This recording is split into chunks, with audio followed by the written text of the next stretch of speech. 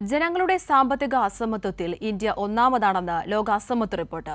1% സമ്പന്നരിൽ രാജ്യവരുമാനത്തിന്റെ 22% കേന്ദ്രീകരിക്കുമ്പോൾ രാജ്യത്തെ 90% ജനങ്ങളുടെ സ്വത്ത് ഇടിയുകയാണെന്നും റിപ്പോർട്ടിൽ വ്യക്തമാക്കുന്നു. നരേന്ദ്രമോദി അധികാരത്തിലെത്തിയ ശേഷമാണ് അസമത്വം വലിയ തോതിൽ വർദ്ധിച്ചതെന്ന് റിപ്പോർട്ടിൽ പറയുന്നു. ബ്രിട്ടീഷ് ഭരണകാലത്തേക്കാൾ അസമത്വം രാജ്യത്ത് നിലനിൽക്കുന്നുവെന്നാണ് റിപ്പോർട്ടിൽ പറയുന്നത്. BJP ഭരണത്തിൽ ഇന്ത്യയിൽ അസമത്വം പെരുകിയെന്നും റിപ്പോർട്ട് ചൂണ്ടിക്കാട്ടുന്നു.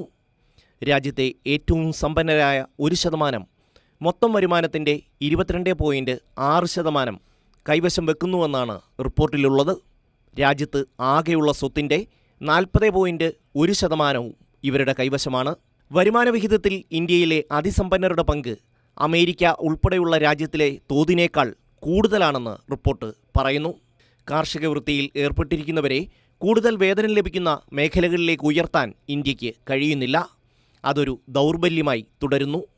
ഉദാരവൽക്കരണത്തോടെ ഇന്ത്യയിൽ അതിസമ്പന്നരുടെ വരുമാനം ഉയരാൻ തുടങ്ങി. എന്നാൽ അതിൻ്റെ ഗതിവേഗം വർദ്ധിച്ചത് നരേന്ദ്രമോദി അധികാരത്തിലെത്തിയ ശേഷമാണ്. അതിസമ്പന്നരായ 0.1% പേരുടെ വരുമാന വിഹിതം ദേശീയ വരുമാനത്തിൻ്റെ 10%.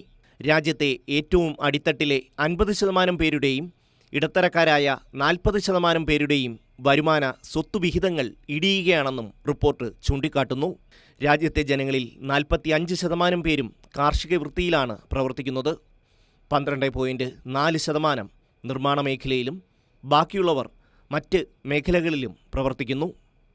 News desk, Kairali news.